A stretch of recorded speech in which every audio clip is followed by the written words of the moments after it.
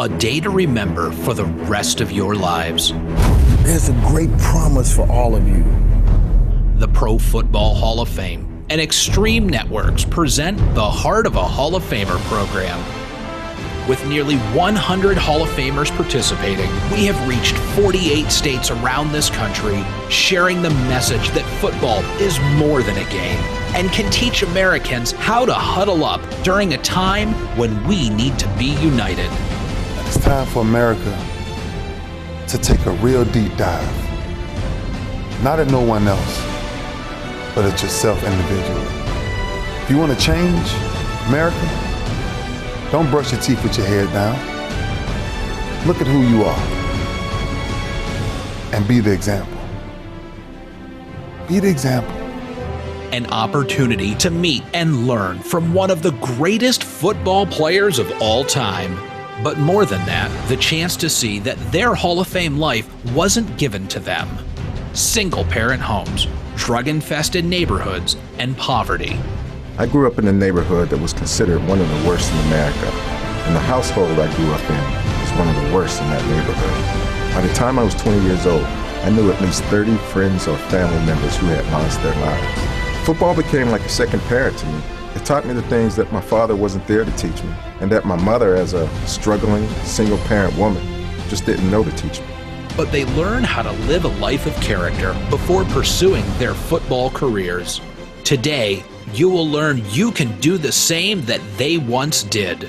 Making good decisions can lead to a prosperous life both on and off the field. Your game for life has already begun. It's your decision whether or not you want to be a successful student, son, daughter, brother, or sister. Every one of you can have a Hall of Fame life, whether or not you play football. You can be as great as you want to be. The Hall of Fame is all about integrity, character, and excellence. You have the opportunity to represent yourself that way. You determine your character. Welcome to a once-in-a-lifetime program, the Heart of a Hall of Famer.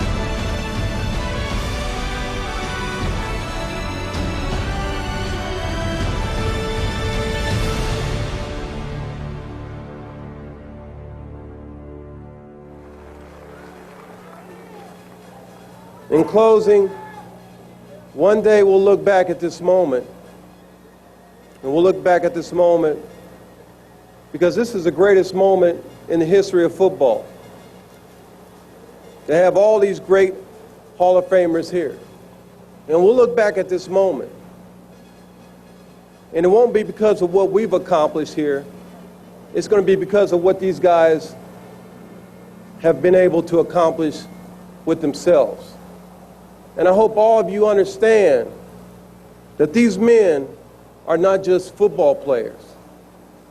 They're great men. They're great people. They love this game.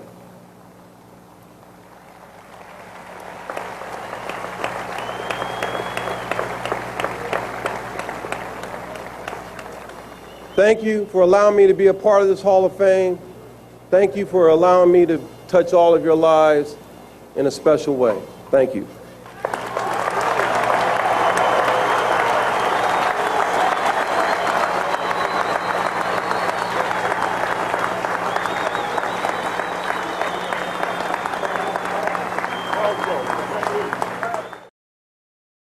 All right, and with that, I'd like to welcome you here to Canton, Ohio, home of the Pro Football Hall of Fame for our latest installment of the Heart of a Hall of Famer series today, featuring Gold Jacket Hall of Famer Mr. Ronnie Lott, who is coming to you guys today live from California, from Alpha High School, and we'll have him come on here in one quick minute. But just to kind of introduce myself, my name is Jake. I'm going to be moderating the program today.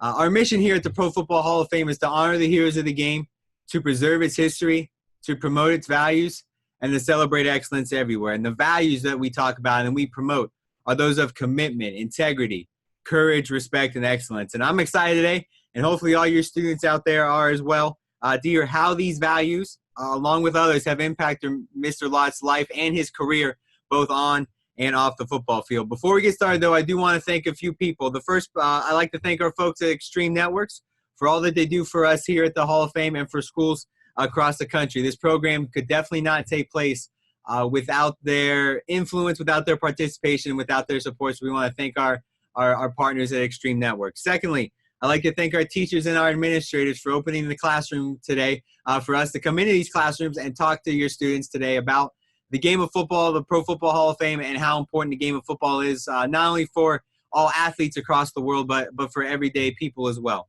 And lastly, I'd like to thank our students. Without you guys, this program doesn't happen today. You're the ones that are going to drive the program. You guys are the ones with all the questions for Mr. Lott. So I want to thank you guys, and we're excited to see what you're going to be asking today. So that's enough from me. So I want to turn it over to truly one of the great players, one of the best players who ever step on a football field. Please join me and welcome Gold Jacket and Hall of Famer, Mr. Ronnie Lott. Thank you. Thank you. Thank you. I got to say this. Can we just have a little woo? Can everybody just say woo? Can we get a little woo? Can we get a little woo? That's waking everybody up this morning, all right? Yeah, well, you know what? We're in California. We're still trying to figure out how to wake up out here. And the great thing about today is that we have a chance to find out how great we can be today.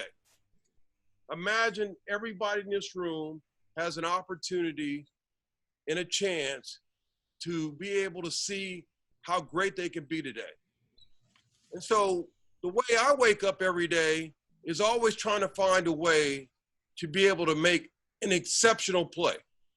So imagine every day you wake up with the attitude and the desire to be your best. And to me, one of the great things that I know, and just looking at some of the kids today, some of them here are still trying to wake up, but some of them here know that they have to be at their best. And when you think about being at your best, you realize that there are so many things that you got to think about.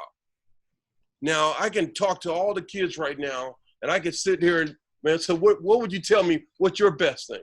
Tell me what your best thing is today. You just gave me something. You gave me a smile. So your smile is great. So tell me a little bit about that smile. You don't, oh, come on, man. You got to tell me a little bit about the smile because it's unbelievable. So tell me how great it is. How does it feel right now? You a little nervous? So here we are, we're talking about smiling, and here's a young man that's nervous to talk about his smile, and yet I think the smile is something that allows all of us to feel comfortable. You made me, when you walked in this room, you didn't even know this, but you walked in and you had a smile on your face. So imagine if everybody had the opportunity to just start off with the idea of just saying, you know what, now I'm going to be my best, but I'm going to smile. I'm going to make people know that I care about them. And when you think about that, that's a great presentation in life to be able to start off your day with that.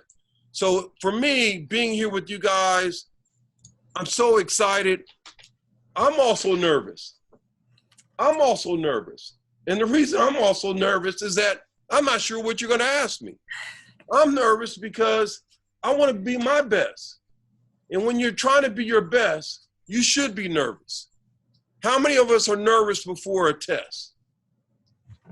Everybody's nervous before a test because we're trying to do our best.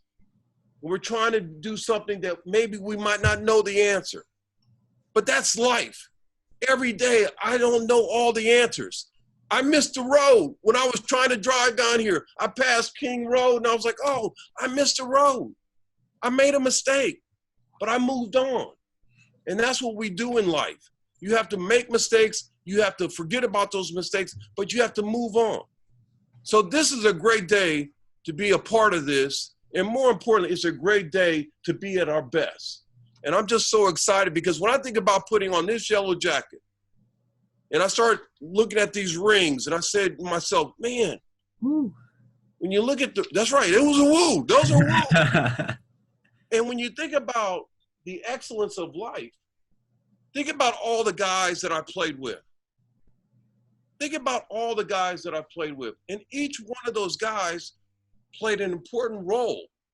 And so in this classroom, Each one of you can inspire somebody to have an important life, an important way of living. So don't forget that you can impact somebody else's life. That's what that smile you just gave me. That smile you gave me can impact somebody's life. So just know, guys, that this is a great day for us to be at our best. Thank you for allowing me to be a part of this. And more importantly, Hall of Fame, this is amazing. I'm so thankful to being a part of this. And for all you kids that are out there, for all you kids, you guys don't know this, but we got kids from all around the country. We get to show off Alpha School. We get to, hey, I was one of the first guys that was a part of this. I was so thankful. This is bigger than the Super Bowl. This is bigger than the Super Bowl, allowing Alpha Schools to be in my life. And so I'm thankful because this guy walked up to me and said, hey, you can help me. And I was like, what are you talking about? He goes, you can help me start Alpha Schools. And he's just walking in right now. He's just walking in right now. And I'm sitting there going, you mean you want me to help you start some schools? He goes, yeah. Imagine that. Imagine if I didn't meet him, we wouldn't be here today. So I want to thank you. I want to thank you for all your hard work, for you bringing your best every day. You know, you inspire me. You inspire me to be great every day. So thank you guys for allowing me to be a part of this. I'm so excited, and I'm looking forward to all the questions. Well, we want to thank you for being a part of today and being able to spread that message of greatness across the entire country. So with that, we'll kick it off to our schools. And the first school, I'm going to go ahead and unmute their mic. We're going to send it to Alvarado High School. That's down there in Texas. So go ahead and have a student step up to the mic and ask your question here for Mr. Lott. Yes. Now. Thank you. Don't be rude. Stand right up here. Just ask one of your questions because you had good ones from earlier. Why? You had good ones of leadership in the next. Okay. Stand in front of the screen. They can't see you, baby. Okay. Right here? Back up just a little bit. Sorry. We're having to. That's okay. That's okay. How do you feel as an adult that you are continuing to shape your character? How do I feel as an adult to continue to shape my character? I'm constantly shaping my character. I'm constantly trying to find a way to kind of continue to mold myself. I'm constantly trying to find ways to improve myself. I think one of the things that you'll realize as you get older, as you learn more about your life, as you find ways to reinvent, as you find ways to learn how to learn, one of the great things in life is that you don't stop learning. Nobody in this room that I know will stop learning. You will always constantly be on a journey of learning. You will always be on a journey of trying to seek out and understand different opportunities. The question is, are you willing to go to places that maybe you're scared of? Do you ever have moments where you go somewhere and you're a little afraid? Yeah, we all do. Have you been in a situation where you're sitting there going, I don't know where I'm going, but I really want to go? So what college are you going to go to? Yes. Yes. Tarleton. Tarleton. Pardon me? Tarleton. She wants to go to Carleton and you want to go to a musician school, right? No, Tarleton. So you think about, so we got two people here trying to go to college. And we got a lot of other people trying to go to college, but there's going to be obstacles in the way. The question is, are you going to find ways to shape your character throughout that experience? Yes, you will. I will continue to find ways to shape my character throughout that experience. But the journey is going to be tough. You have to have people help you. And trust me, some of the great teachers in my life have been some of the great coaches in my life. And some of the great coaches in my life have been some of the great teachers in my life. And so I want you to know that when you think about having any issues of going to college or going on your journey, you have to have somebody give you a chance to tell you how to get there. How to get there.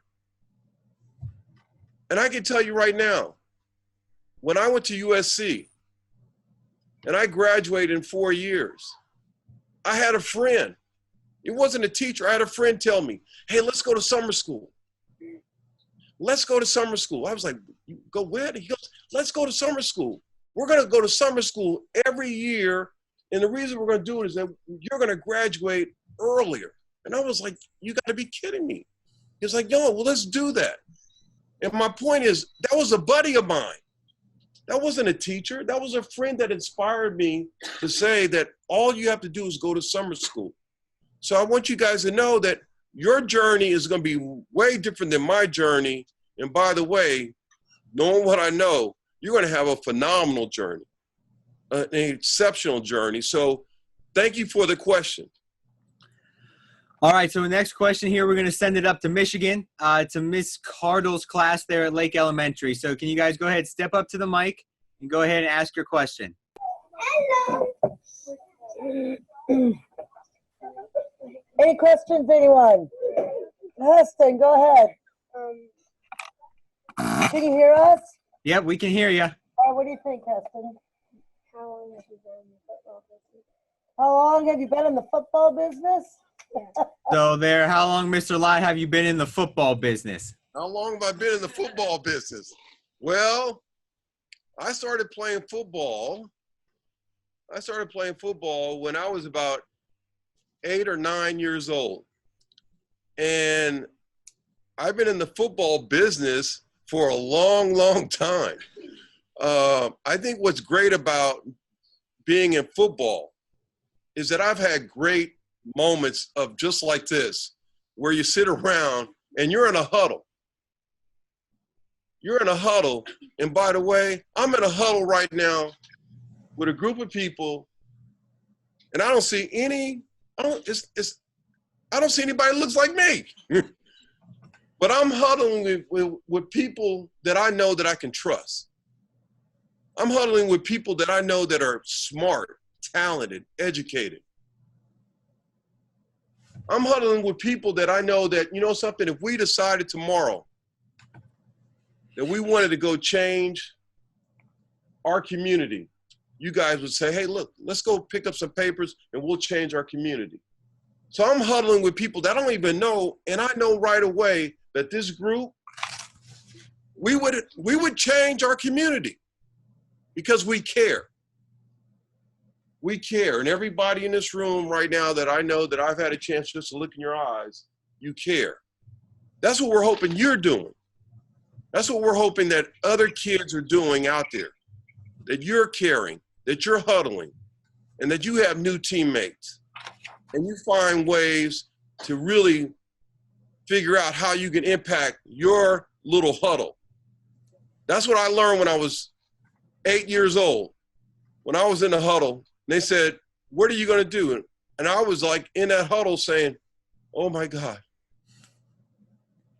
I better try hard. And that's all I've been learning in my life, is to continue to try hard each and every day. So speaking of the students there in front of you, are there any students sitting there in California who have any questions for you? Yes.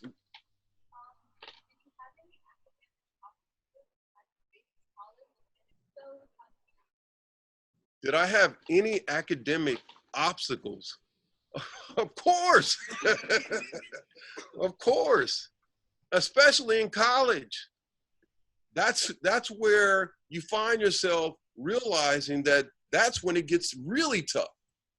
And what you find, especially in college, is that there are subject matters that maybe you're not even comfortable with. I remember I went into a class, and it was macroeconomics. And I was like, wow, macroeconomics.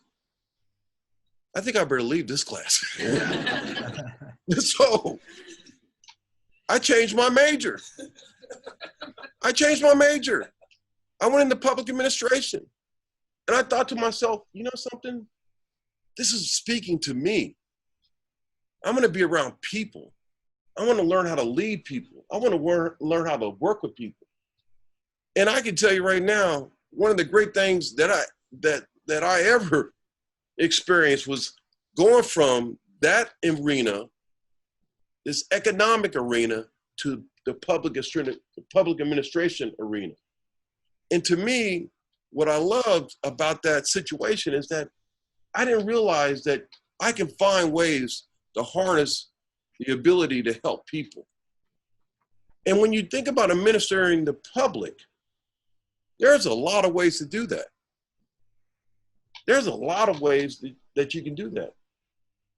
And one of the fascinating things about being in that environment, I realized that that's me. It's talking to my heart. It's talking to who I am. The economic world, the macroeconomics, that was not speaking to me. That was something that I wasn't comfortable with. So clearly that was a moment when I had a challenge, and I had to pivot, and I had to go in a different direction. And in life, one of the great things, everybody believes that you have to be something, right? Everybody believes that you have to have something. The bigger question is speaking of pivoting, the bigger question is, man, let me ask you, I'm asking the big guy in the back there. So man, where do you want to go to college, and what do you want to study? He wants to go to San Jose City College, and what are you going to study?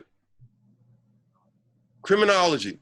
Now, I can tell you right now, here's a dude that is taking on criminology, which is a fascinating subject.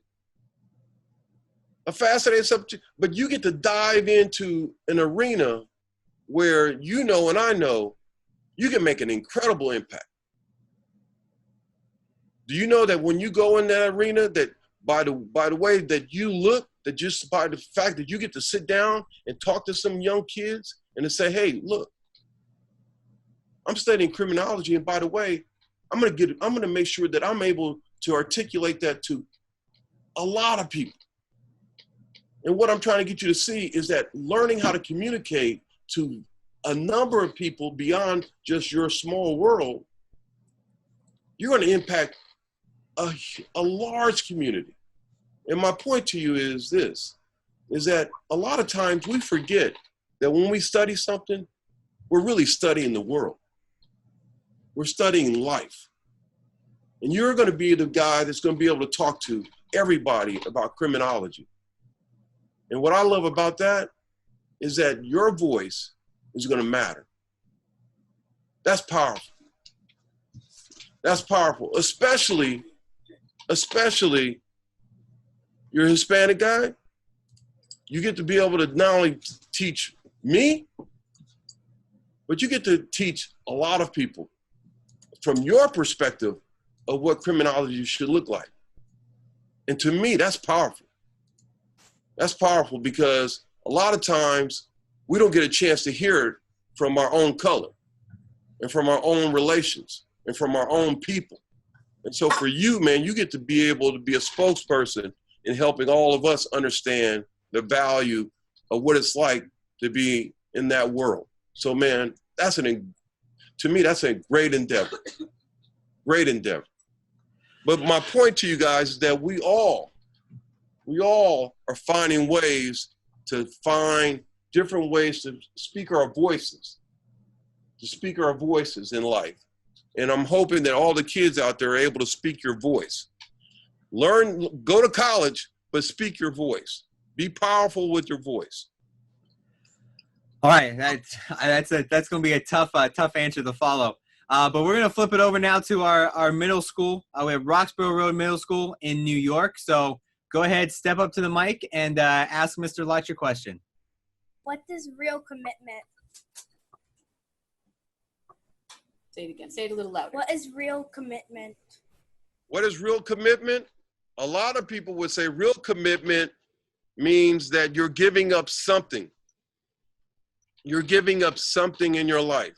Real commitment means that, you know what, tonight, when you go home, you're not going to watch TV. That's real commitment, because you might say, I'm never going to watch TV ever again. That's real commitment, because you're deciding to give us something that you never going to do again. That's real commitment. On the other side, real commitment to me, for a lot of us, are some of the people that I've had a chance to meet. My dad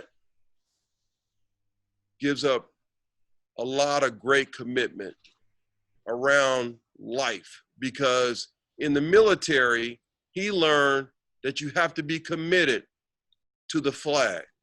You have to be committed to the cause of sacrifice for others. And so in his life, he learned a commitment that helped him feed his family, that helped him learn how to communicate about making sure that our country had freedom. So what I love about my dad said that, look, I have to make sure that I'm taking care of you guys. I want to make sure that I'm taking care of my friends that work in the military.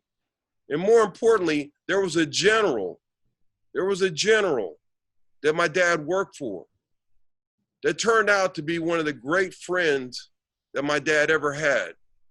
And he had a great commitment to that general. And the reason why, that general ended up giving my dad an opportunity to transfer to California, to be a recruiter. Think about that. That commitment that he showed my dad by giving him a chance to be a recruiter and moving to California was exceptional for us. It changed our lives.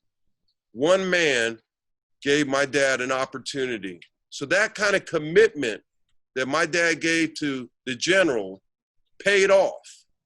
So you have to be able to commit to people, you have to be able to commit to yourself, and you have to be able to commit to a cause. Now, a lot of my friends tell me, and they always ask me, but you committed to cutting off your finger. And I was like, I did. I committed to cutting it off. But that's what you do in life. That's what we do sometimes in sacrifice for others. But the reason we have to make those kind of commitments is that that's important to our hearts. Everybody in this room that I know has made a commitment. At some point or another, they made a commitment to their mom, to their dads, to their friends. And the reason I know that, you wouldn't be in this school. You wouldn't be at this school. You made a commitment showing up today. And it's hard to show up at this school because I know where you're going. I know where you guys are trying to go. So they're making an incredible commitment, this group. And I want you to know, young lady, thank you for asking the question. That's a great question. Having a cause and committing to it. Thank you very much. All right, so you talk about commitment. One of our values, or like I said at the beginning, one of those important values we have is commitment. And to commit yourself to the game is something that made you a Hall of Famer. And then, so when you were actually inducted there in the year 2000, all Hall of Famers get it. When you are inducted, you receive 3 iconic pieces. You receive the Hager Gold jacket you have on there, the K Jewelers Ring of Excellence that you got in your box of rings right there. But then probably that most iconic piece that every gold jacket receives is that bronze bust that lives here in Canton, Ohio, your second home. That's going to last for over 40,000 years. So what we're going to do now is I'm actually going to turn it over to the director of the Youth and Education Department here at the Pro Football Hall of Fame, Jerry Shockey, and he's going to talk a little bit about your career and what it means and the significance of being a Hall of Famer enshrined here in Canton, Ohio. So, Jerry, are you there? Yeah, Jake, I'm here, and thank you for connecting in. You're here live in the Hall of Fame Gallery at the Pro Football Hall of Fame in Canton, Ohio. As you can see, I'm joined by the bronze bust of class of 2000, Mr. Ronnie Lott. So I know we've got students tuned in from all over the country. asking some amazing questions of Mr. Lott of how to overcome obstacles and life challenges and what football taught him about everyday life. And so just to give you an idea of just how big of an honor it is to be enshrined in the Pro Football Hall of Fame, if you think about this, there have been about 300 million that have played the game at all levels. There have been about 5 million that have played at the college level. There have been about 29,000 that have been paid to play, coach, officiate, and administrate the game of pro football. And so to give an idea, out of that, there are only 318 members of the Pro Football Hall of Fame. So you get an idea of just how big of an honor it is to be enshrined here at the Pro Football Hall of Fame, and Mr. Lott being one of those. Now, Ronnie Lott, an All-American from USC, was the San Francisco 49ers' first-round draft pick and the 8th player chosen overall in the 1981 NFL Football League draft. The defensive back made an immediate impression and was named the starting left cornerback from his first day in training camp. In his first season, Lott led a young secondary that helped the 49ers to win the Super Bowl 16. Known for his hard-hitting style, Lott was used at both left and right cornerback positions and as a free and strong safety during his 14-year career. The versatile defensive back earned 10 Pro Bowl invitations at 3 different positions: cornerback, free safety, and strong safety. It has been said that Lott had an uncanny ability of being able to sense the direction a play was about to take and then somehow disrupt it. He's like a middle linebacker playing safety, Hall of Fame coach Tom Landry once remarked. He's devastating. He may dominate the secondary better than anyone I've seen. Named All-Pro 8 times, All-NFC 6 times, and All-AFC once, Lott was also named to the NFL's 75th anniversary team. As you can tell, Ronnie Lott had a career well-deserving of a bust here in Canton, Ohio. Jake, back to you, buddy. Thanks, Jerry. So you were inducted in the year 2000, so it's been almost 20 years being a member of the Pro Football Hall of Fame. So far, what did you say is being the best part about being a member of the Pro Football Hall of Fame? The best part is being around the guys, and the best part is being in this huddle right now. And what I love is being in the huddle of greatness. I'm in the huddle of greatness. And what I mean by being in the huddle of greatness, I'm in the huddle of greatness because my man back here said he's going to be a criminologist.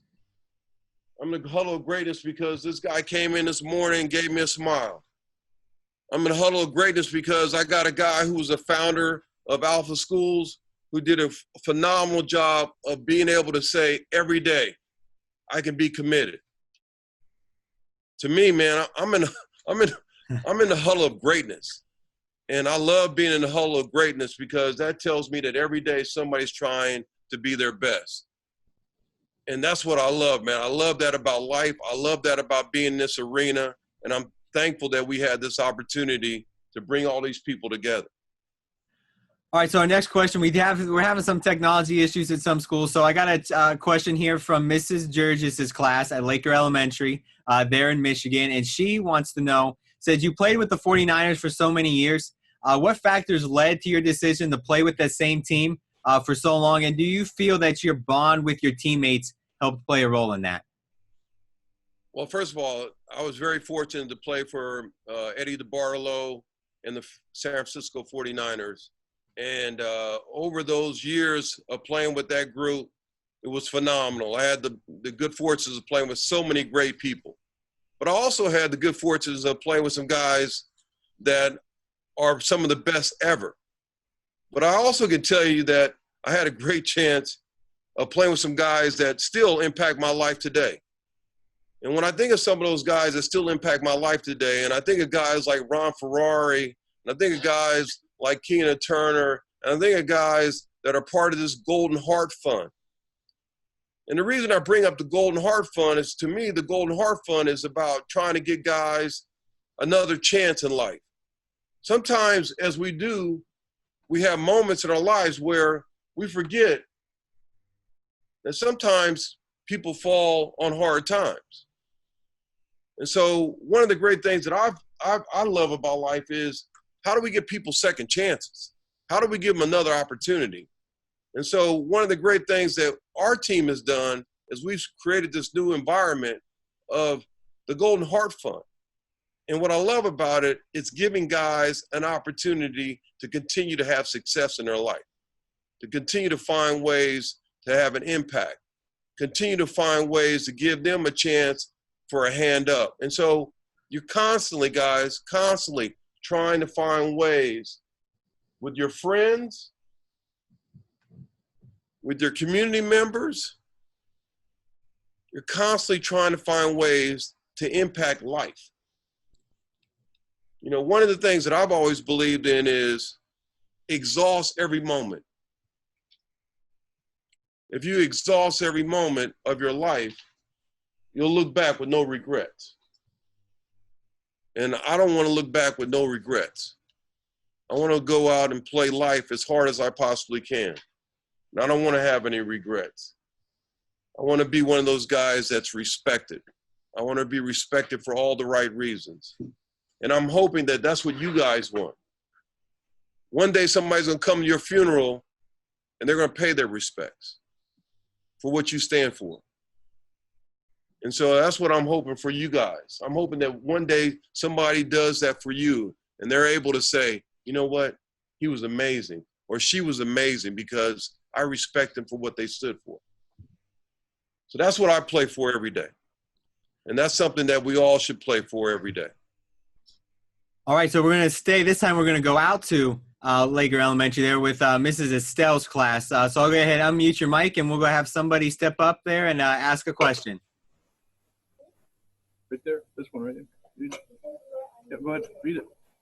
How did you get the confidence to be in the NFL? No, I think you got to be closer over here. All right, he's coming. And Come over here, Devin. how did you get the confidence to be in the NFL and to display it in tough choices throughout your life?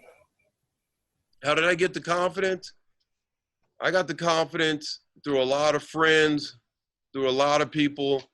Primarily my mom and dad gave me a lot of confidence because they believed in me every day and they encouraged me every day. They made sure that I was thinking positively every day. I still wake up every day thinking positively. I came here today, I was a little tired, but I was like, yeah, this is going to be awesome. So I came here excited. I came here enthusiastic because of the people that are around this environment. I mean, these kids are firing me up because I know this, that when I came to this school, when was that? When you first started this school? This school? Yeah. We started my first senior, so 4 years ago. Woo! 4 years ago, we started this school. And 4 years ago, we got some seniors in here. That's a woo. That's a woo moment. Have you guys has anybody ever had a woo moment? Huh? You know what a woo moment is? It's just it's so amazing that when the crowd stands up and goes, woo! Huh? You look like you had a woo moment. We all have had moments where we've had woo moments. You had one this morning, didn't you? Yep. So everybody has a woo moment because somebody makes you feel good. Somebody makes you feel good. You have a woo moment every day. So the reason I had to scream it out, because I needed to get myself wooed up again. All right, so with our next question, then we're going to send it to New Hampshire and our students there at Timberlane High School. So I'll go ahead and unmute your mic here, and we'll have a student step up and ask Mr. Lott a question. Stand right up. Go for it. How you doing, Mr. Lott? How you doing? All right, man. How are you? I'm very good. Who You else? look like you're standing up really hot, man. There he is. There we go. All right, how you doing? Okay. Who else on your 49ers team do you think deserves a Hall of Fame induction? Oh, wow. Wow. You know what? Roger Craig is not in the Hall of Fame, and Roger Craig would be an awesome Hall of Famer. And the reason he'd be an awesome Hall of Famer is that Roger Craig was one of those kind of people that gave everything to the game. He practiced hard. He did everything he could. He was one of the best receivers that played the running back position, caught over 100 passes for a record, Nobody's ever done that before at that position. Yes, Roger Craig would be a woo moment for us because you got to have guys like that on your team that were not only great players, but great people. He's one of the great guys. He's one of the hard-working guys.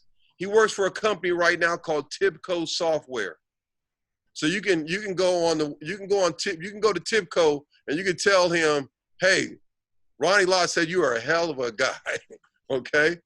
Because Roger Craig is just that. He is a wonderful individual. He's moved on. He wasn't defined by playing football. He was a great football player, but now he's a salesman. He's been with Tibco for over 20 years. Over 20 years. So he's left the game of football and transitioned. So when you hear guys that say, oh, only football players can only do this, that's not true. Don't let football define you. Let football be a part of your life, but don't let it define you. Don't let anything define you. You define your own capabilities. And just seeing the guys that you're sitting with, man, that's a great group of guys. You guys are some good. Hey, you guys are some pretty good looking guys, man. So, man, but my point to you is Roger Craig is phenomenal, and that's the kind of person you want to study. That's the kind of person you want to be. All right, got another question submitted here to us from Laker that could not connect in via video. Today's from Mrs. Orlick's class, and they asked, how did you handle disappointments of losses or other events in your life or throughout your football career? When you have a disappointment and you have a tough moment in your life, when you have something that goes on, you have to be able to move beyond that. There are moments in games that you miss a tackle.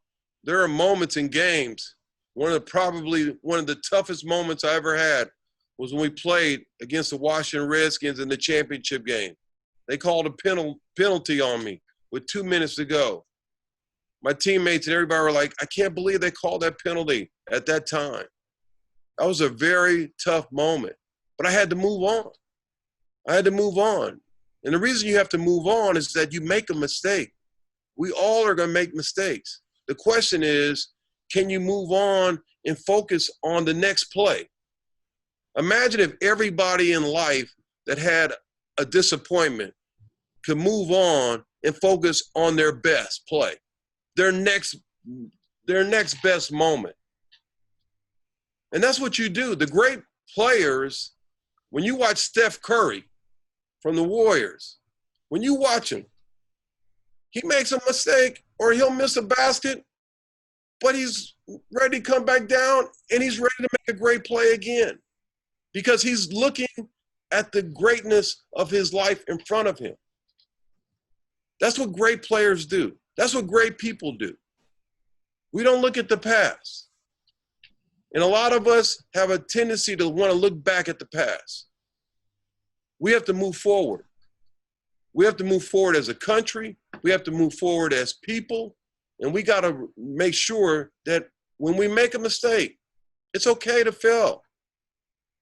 As a matter of fact, fail fast and move on. But because you're gonna have moments where you're gonna feel like I did. You're gonna feel that.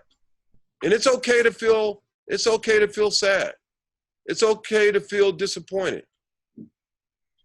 What's not okay is to sit there and realize that I'm going to just stay in that kind of feeling. I think we are meant to move on in life and to forgive ourselves. That's what I was taught. I was taught to forgive myself. I was taught that because that's what God does. That's what he does for us every day. He forgives all of our sins every day. Every day. So I move on and I try to find my greatness in life. All right, so I got a list. We read off some of your stats earlier in the program, but I got a list here. So first ballot Pro Football Hall of Famer in 2000, College Football Hall of Fame in 2002, the USC Athletic Hall of Fame in 1995. Your high school, Eisenhower High School's football stadium, is named after you. You have the Lott Impact Trophy that is inspired after you because of your successful career. So you can say you've had a decent career in the sport of football. So what do all of those honors mean to you? You know what they mean? They mean something to not only my family, they mean something to my mom and dad, they mean something to my brother and my sister. And what it really means is that I've tried to go out every day and earn respect. And that's all you're trying to do. And the only way in life that you get respect is that you got to go out and get it. You got to go out and earn it. You got to go out and find ways to prove it. It's never going to be something that somebody's going to hand to you. And so when I think of all the things that you just mentioned, I was talking to a young man last night from LSU, and we were talking about playing football at LSU. And it was amazing because I said, you know, what do you do to help the community? And he goes, you know what? I love, after a game, I love finding young people. And I love sharing with them the opportunity that I've just gone through. He goes, the reason I love it is because I want them to know that they could possibly have the same opportunity. I want them to have the same joy that I had. So here's a guy that's playing football at LSU, teaching me about making sure, man, don't go out the back door, go out the front door. Make sure you take time for young people. Make sure you take time to shake their hands. And my point to you is that we're constantly learning from each other. You're constantly learning. And what I'm trying to get you to see is that in the community of sport, in the community of football, and when we huddle like we're huddling, there's so much to learn. There's so much that you can get out of life. And one of the great things that I love about huddling, every time I walk out of a huddle, I'm smarter. I'm a better human being. So those awards and the things that I've been associated with, I'm still out there trying to find ways to earn the respect of people. All right, so I think we got time for one or maybe two more questions. So we'll turn it back over there to those students in front of you at Alpha High School. Do they have another question for you there?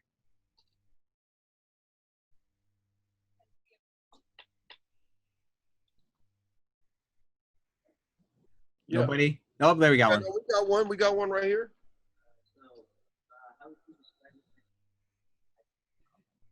The transition from high school to college, how do I describe that? Awkward.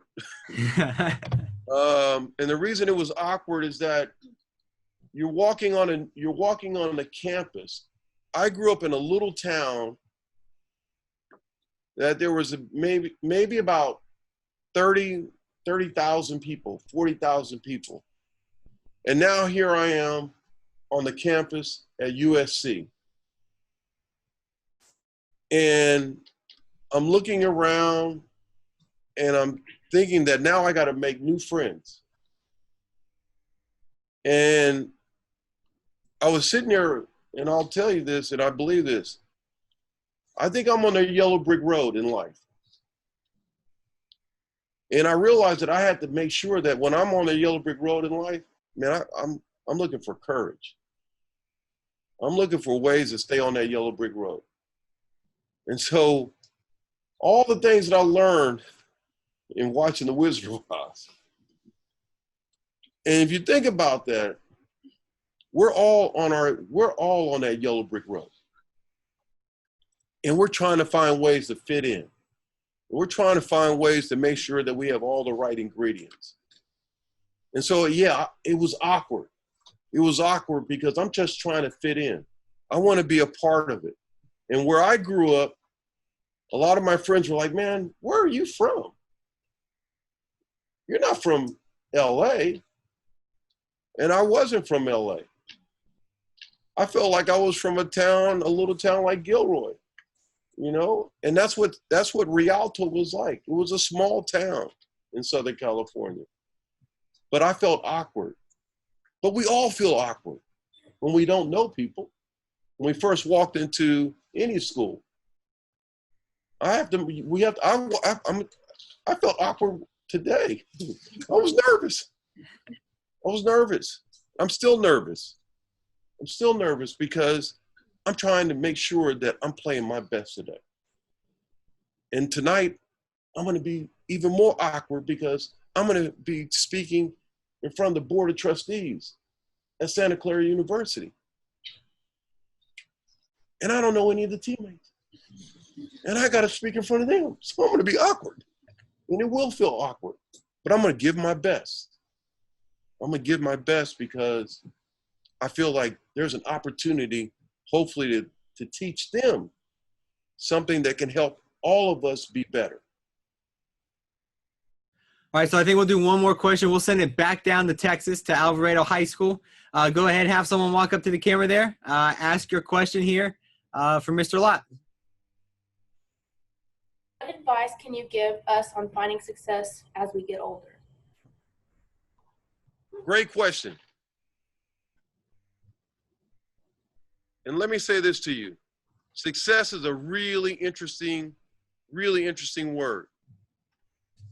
Success was what you just did. Success is standing up there and being proud and being able to say what you just said. So when we define success, let's don't define success with dollars and cents. Let's define success with our heart. Let's define success with the people that we come in contact with. Success is a really interesting word because a lot of times we don't even realize that every day we've had success. Success of being able to wake up and just hang out with some of our friends and just say, thank you. That's success. More importantly, when you think about your life and you think about other people's lives, how do I have a chance to make success for them? How do I have a chance to give them an opportunity so maybe they stand on my shoulders? Because if I'm really a great teammate, I'm going to try to help all my teammates. And I want to make sure that all my teammates have a chance to see success. So success to me is around making sure that we serve others and we help others and we lift them up. That's why I love being in this environment. That's why I love being at Alpha Schools. The best part about this school is that we're constantly trying to find ways to lift each other up. That's what's so exciting about school. And I hope that you guys are able, all of us, are able to continue to exercise that success because that's important. And I just want you guys to know that if you can do that every day, and if you can sit there and say, you know what, it's not about me, it's about someone else. It's about how I impact that other human being. That's success. That's living knowing that you're giving everything you can for others. And sometimes that's all we can do. And that might be just all we can do is just help another human being. So success to me is defined by exhausting every moment. It's defined by when people come to your funeral, what do they come to your funeral for? And why they would come to your funeral. That's how I think about success in my life. When I see my friends that have passed away, and I see why they've passed away and how they've passed away, I realize that it wasn't fair. But I also realized they gave everything they could to their friends and everybody respected them. That's how I define success. All right, I think with that, we'll go ahead and wrap it up. So I'm going to turn it back over to you there, Mr. Lott. Do you have any closing remarks or comments you'd like to leave everybody with today who tuned in for the program? Well, first of all, I just want to say to all of you, man, have some woo. Make sure that, man, when you're around friends, make sure your friends are going, woo, God, that dude, he's giving everything he can. You know, we have woo on the football field, and somebody will make a great play, and somebody will make a big hit, and everybody will go, woo. But you can have woo every day. You can have woo in the classroom. You can have woo studying. You can have woo in everything you do. So that's one. And then two, man, just don't lose sight of love. Don't lose sight of love and learning how to love more of yourself. More of yourself. And why do I say that? Because sometimes we forget about us. We forget about who we are. And when you give all your love that you can give every day, man, that's success. Giving love to people every day is success. So thank you guys for allowing me to be a part of this. Thank you for allowing me to have a moment in all your lives. But more importantly, thank you for impacting my life. At Alvarado, at Timberland, Alpha, all the schools that are out there, thank you for sharing a piece of yourself with me today. I really appreciate that. Thank you for exhausting this moment. All right, I think with that, we'll go ahead and wrap up this installment of our Harvard Hall of Famer series with Gold Jacket, Class of 2000 inductee, Ronnie Lott. Mr. Lott, I want to thank you for taking time out of your busy schedule to be a part of this program. And thank you all that you've done for not only the game of football. I always like to say our Hall of Famers, they changed the game, and they wouldn't be Hall of Famers. The game of football wouldn't be like it is today without your impact. So we want to thank you for all that you've done for the game of football. And more importantly, all you've done for us here at the Hall of Fame, from our president, David Baker, all the way down through all of our VPs. I want to thank you for everything that you do for us here at the Hall of Fame. And now, usually, we end the program with a round of applause. But I think what I'm going to do is I'm going to unmute everybody. And on three, I want everybody to give one big woo, all right? So here we go. 1, 2, 3. All right, again, and thank you, everybody. Everybody, I hope one day we get to see you here at the Pro Football Hall of Fame. Thank you for tuning in today, Mr. Lott. Thank you again, and we'll see you all later. Thank you guys.